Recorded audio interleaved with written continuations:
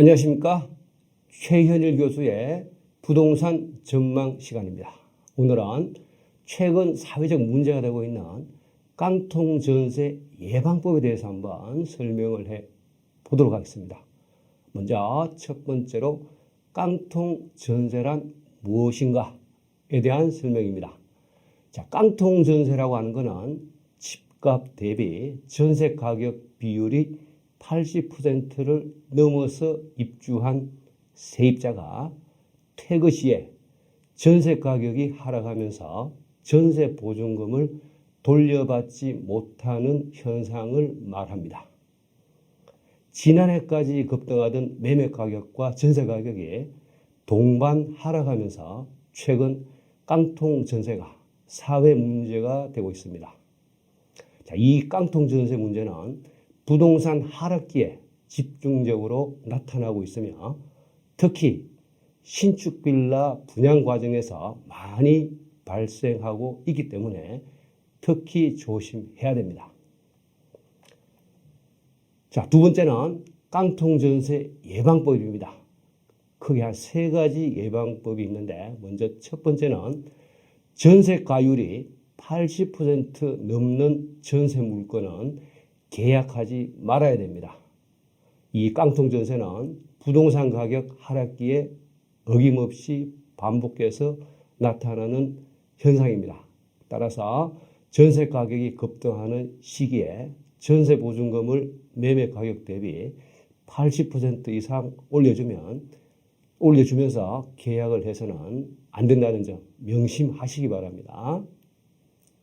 자, 두 번째는 신규 분양되는 다세대 주택, 연립주택 등 소위 빌라에 전세로 입주하는 경우 특히 조심을 하셔야 됩니다. 이 깡통 전세 비율이 가장 높은 곳은 신규 분양된 다세대 주택이나 연립주택 같은 소위 빌라 밀집 지역이 되겠습니다. 신축 빌라를 개발하는 시행사와 이를 분양하는 분양업자의 이해관계가 맞아떨어지면서 분양가격보다 높은 전세 보증금으로 세입자에게 임대하면서 깡통전세 문제가 시작되는 겁니다. 다시 말해서 신축 빌라를 분양하면서 시세를 잘 모르는 세입자에게 분양가격을 부풀려 전세 물건으로 넘기면서 깡통전세 문제가 발생한다고 보시면 됩니다. 자, 세 번째 예방법입니다. 전세보다는 월세 또는 반전세로 임차하는 것이 안전합니다. 지난 1, 2년 전에 매매 가격과 전세 가격이 급등한 시기에 입주한 전세 세입자들은 최근 전세 가격, 매매 가격이 동반 하락하면서 깡통 전세의 위험에 노출되어 있습니다. 자, 이 현상은 향후 몇 년간 지속될 것으로 예상이 되기 때문에 깡통 전세의 위험은 더욱 심화될 것입니다.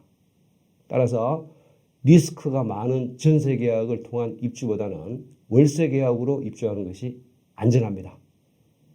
자, 월세에 대한 임대료 부담이 크다면 전세와 월세를 적당 비율로 혼합한 소위 말한 반전세 계약으로 입주하셔서 깡통 전세의 리스크를 줄여가시기 바랍니다. 자, 마지막 세 번째 마무리입니다. 자, 결론적으로 깡통 전세 예방법은 전세가율이 80% 넘는 전세 물건은 계약하지 말아야 되며 신축 빌라에 전세 계약으로 입주할 때 특히 조심해야 됩니다. 그리고 전세보다는 월세 또는 반전세로 입주하는 것이 안전합니다. 자, 이 세 가지를 잘 지키시는 것이 깡통 전세를 예방할 수 있는 좋은 방법이 될 것입니다. 자, 이렇게 해서 오늘 깡통 전세 예방법은 이렇게 마무리를 하도록 하겠습니다.